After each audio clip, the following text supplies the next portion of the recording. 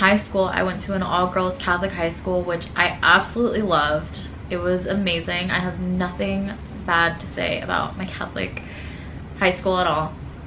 It was around junior year that I was in my religion class, and a lot of the things that were being taught to me didn't make sense, and it seemed like kind of hypocritical, and it made me start to question things. There were also just so many rules to me that it just seemed unattainable to go to heaven. For example, in the Catholic Church, they teach that you need to go to reconciliation, which is going to a priest and getting your sins forgiven by the priest. I asked the teacher, so if I go to confession and then I die, then I'm gonna go to heaven because I was clean, right?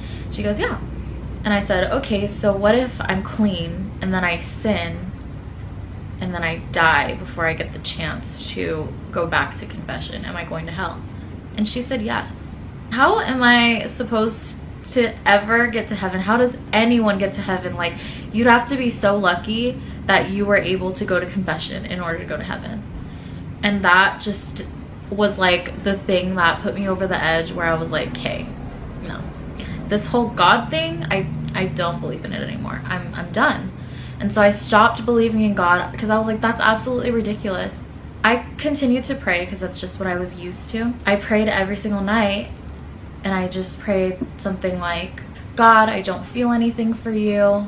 I don't believe in you, but if you are real, these are the things that I want to pray for. And also, please just reveal yourself to me. Please show yourself to me, because I don't feel anything for you.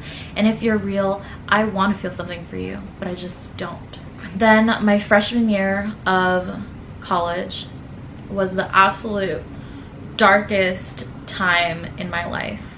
And it all stems from a very toxic, very abusive relationship that I was in, which I could talk more about in another video. If someone is going through something like that, I would love to talk about that, and just know that you're not alone in this, and that it 100% gets better. I'm in such a good place now. When you're in an abusive relationship like that, it's hard to get out of the cycle because you're already so deep in it before you realize that it's an abusive relationship. I stayed in it, but then he cheated on me all the time. So I left, and I tried to cope with it in the healthiest way possible. And obviously in that relationship, I lost a lot of friends. It was a really dark time and I had moved away from home. I really had nobody. That is kind of how I turned to God. Once I stepped back from it and I healed from it, I realized that that was God working in my life. If I hadn't, then maybe I wouldn't know God today. After the relationship, I turned to him even more, and I sought him out even more. I started going to church again, which I went to Catholic church because that's all I knew. And then I was invited to a Bible study by one of my classmates. And so I was like, absolutely, I'll go to this Bible study. In the car, we were talking about the differences between Catholicism and his Christian denomination, which was, I believe it was Assembly of God. And I asked him, like, do you have reconciliation? Do you guys have confession? And he's like, no, why would I need to talk to someone to get my sins forgiven? Like, I just talk directly to God.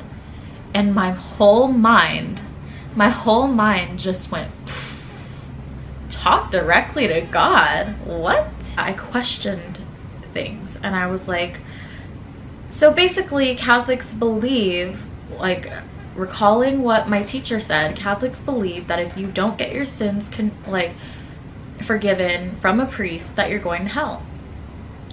But if everybody else in the world doesn't believe that and doesn't go to reconciliation, then that means everybody else is going to hell. All of these other Christians that believe something different and they don't go to reconciliation, they're all going to hell.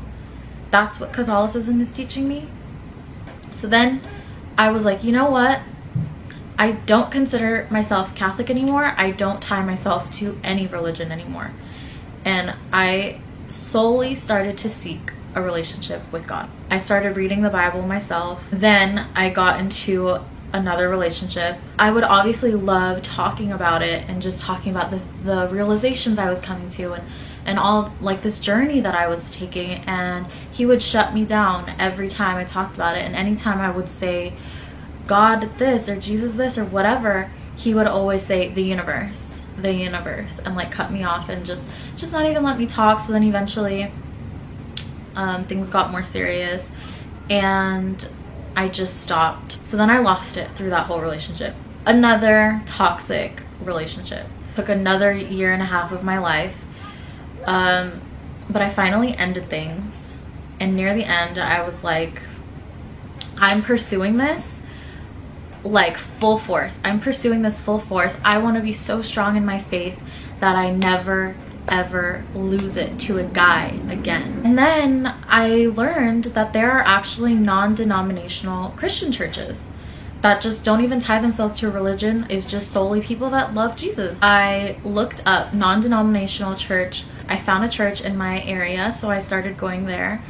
And it was amazing. It was so relaxed. It was so relatable that it was just people taking the Bible, taking the context within the Bible, taking God's words and putting that into our daily life. It was not about religion at all. And it was all about having your own relationship. It was so non-judgmental. It was so non-critical. That clicked for me. And I was like, huh.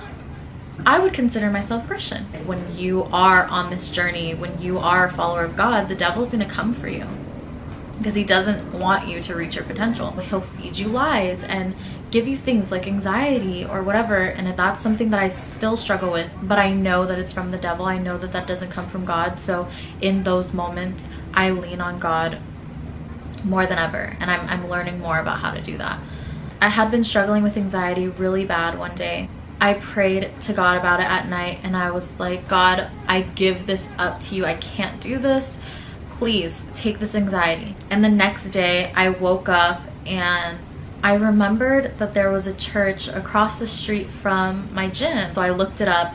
I didn't even know what kind of church it was. I didn't know if it was Christian or anything, but I looked it up and it was a Christian church. And I looked at their page and it looked really nice, and lo and behold, they actually had service in like 40 minutes. So I was like, oh my gosh, I have to go. I get up, change, and I go, and I walk in there and I was like, oh, this is so overwhelming. I'm never coming back here again.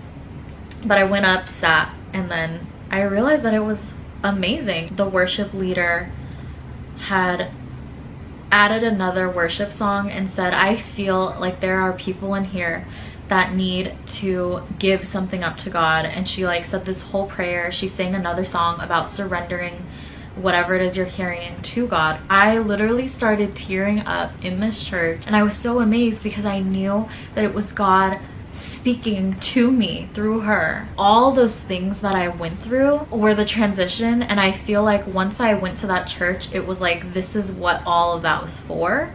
And now I'm finally understanding my place, my purpose, and I'm understanding what I need to be sharing with people and the type of life that I want to live.